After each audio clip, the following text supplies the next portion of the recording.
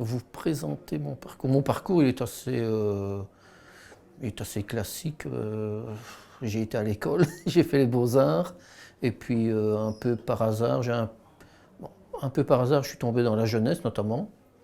Mais en même temps, j'écrivais des poèmes, j'écrivais des nouvelles, et voilà, c'est une chose qui s'est un peu faite naturellement, quand même. Je suis passé de mon enfance fils d'ouvrier italien à auteur chez Gallimard. Ça m'étonne aussi. C'est euh, c'est euh,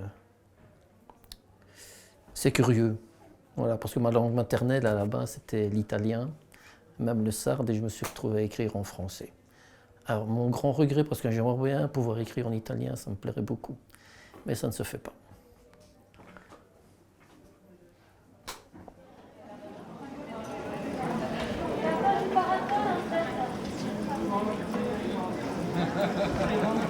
Ben, si je me suis tourné vers la littérature jeunesse, d'abord j'ai toujours aimé la littérature jeunesse, quand même, mais pas forcément au niveau des albums.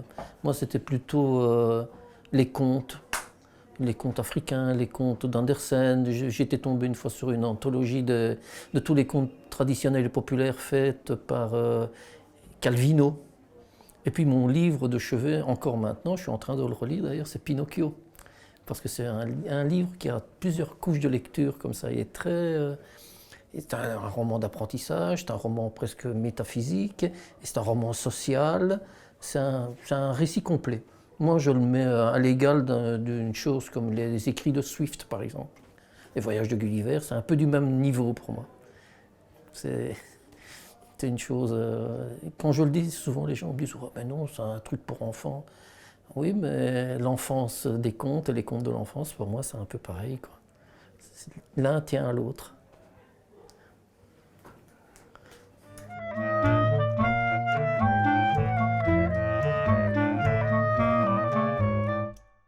Quelle place doit avoir l'illustration dans un texte? Ah ben là, c'est très compliqué. C'est très compliqué. Si on le prend d'une façon un peu classique, en fait, il y a toujours le texte, et puis l'illustration qui vient, parce qu'on dit à illustrer, quoi. Et j'avais un copain illustrateur qui disait toujours, mais on n'est pas des illustrateurs, en fait. Le vrai métier, c'est de dessiner. Ça veut dire qu'on apporte aussi une touche supplémentaire, quelque chose qu'on ne trouve pas dans le texte. Sinon, ça n'a pas beaucoup d'intérêt. Si on dit il y a un cube, je simplifie, si on dit il y a un cube jaune et un cube rouge qui sont l'un à côté de l'autre, on dessine les deux cubes. J'aime autant que les gens puissent se faire leur dessin dans leur tête et l'imaginer plutôt que de venir. Ben, ce qui est bien chez nous, c'est qu'on peut apporter quelque chose de le plus qu'on ne peut pas définir par avance. Hein. C'est vraiment en se confrontant au texte et aux mots qu'on arrive à trouver cette espèce de passage de l'un à l'autre. C'est un peu comme dans la bande dessinée, on dit toujours ce qui est le plus important, c'est l'espace qui est entre deux cases.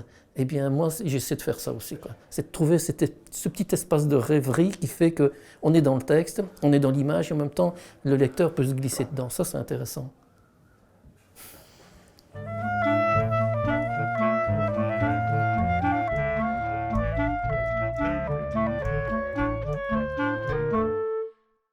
Alors, le sujet que j'ai voulu aborder dans Thomas et la jupe, le premier sujet qu'on pourrait voir facilement, parce que c'est l'histoire d'un petit garçon qui se met une jupe, pas du tout parce qu'il sent une fille, mais simplement parce qu'il a envie de la mettre. C'est du domaine de l'esthétique en fait. Moi je plaide pour une ouverture esthétique de l'esprit. Et voilà, c'est plutôt ça. Mais ça c'est le premier sujet. Mais en fait, il y a plein de sujets qui se retrouvent dedans. Il y a un certain moment une petite fille qui intervient comme par hasard, elle est quand même plutôt habillée en garçon. Il y a les trois brutes qui sont habillées comme des brutes. Moi je les appelle comme ça, des gens qui jouent... mais si, je ne vais pas le dire, si je dis qu'ils jouent au rugby, ça va être... Ils jouent au football. Et, mais en fait, c'était plus... à part le premier sujet comme ça qui apparaît vraiment, c'était le fait de se sentir différent, de se sentir différent. Pas parce qu'on se sent différent, mais parce que les autres le disent, quoi. C'est surtout ça le sujet. Et j'ai essayé de naviguer là-dessus. Le petit garçon ne se sent pas du tout coupable des trucs comme ça. Il a même des discussions un peu métaphoriques, parce que certainement je le fais passer parler avec une araignée. Et en fait, auprès la fameuse expression, j'y ai pensé quand je l'ai fait, ah, il a une araignée au plafond, quoi. On dit toujours ça. Je ne sais pas si ça se dit ici, mais voilà.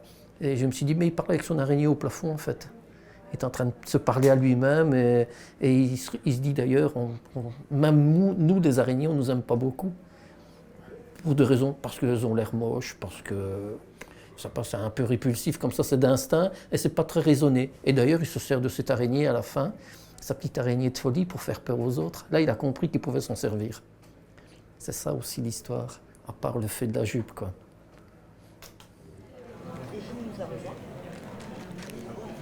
Oui, parce que c'est l'occasion de soutenir le truc et de. Ouais, c'est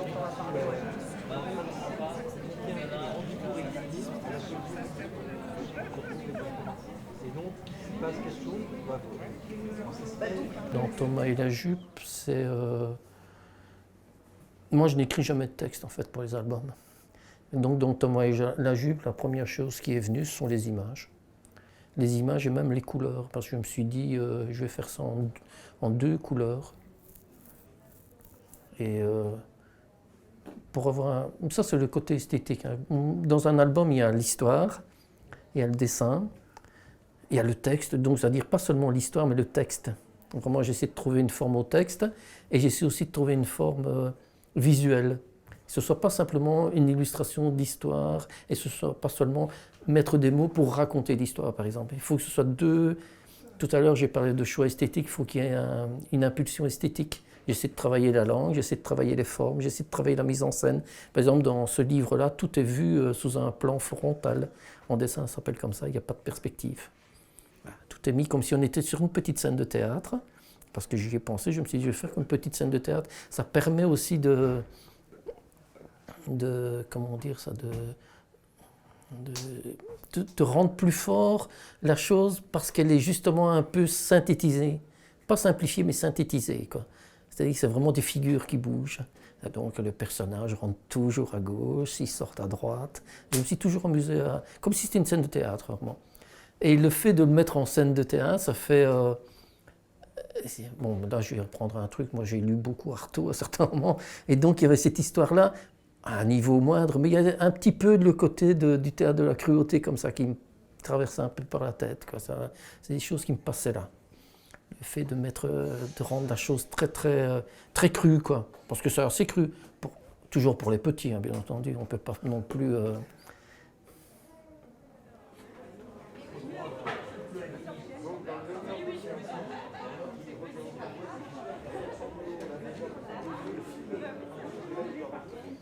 Alors, depuis que j'ai commencé en 1993, je crois,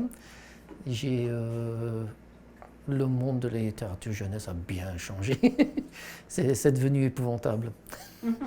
Ouais, non, je veux dire qu'à un certain moment, il y a une chose très très embêtante qui est arrivée, j'allais dire pire, mais c'est que tout d'un coup, les gens ont commencé à y attacher de l'importance. Et c'est très mauvais ça. Ça veut dire qu'en fait, on attache de l'importance à une activité, donc forcément il y a des gens qui disent tiens c'est intéressant, mais pas seulement...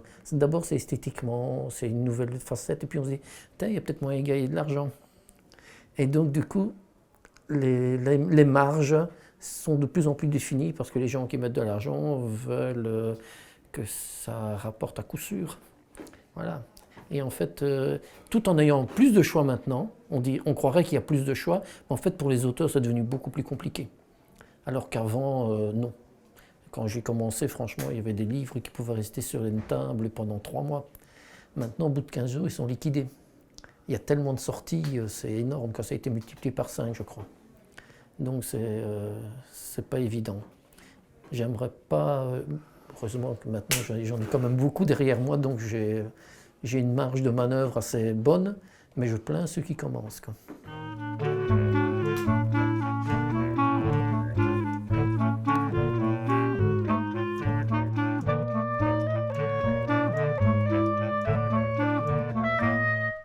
J'ai aussi écrit beaucoup de poésie et j'en suis quand même à mon 4e, 5e titre, je crois. Je sais plus. Non, j'en ai écrit aussi pour la jeunesse, hein. J'ai écrit deux recueils pour la jeunesse.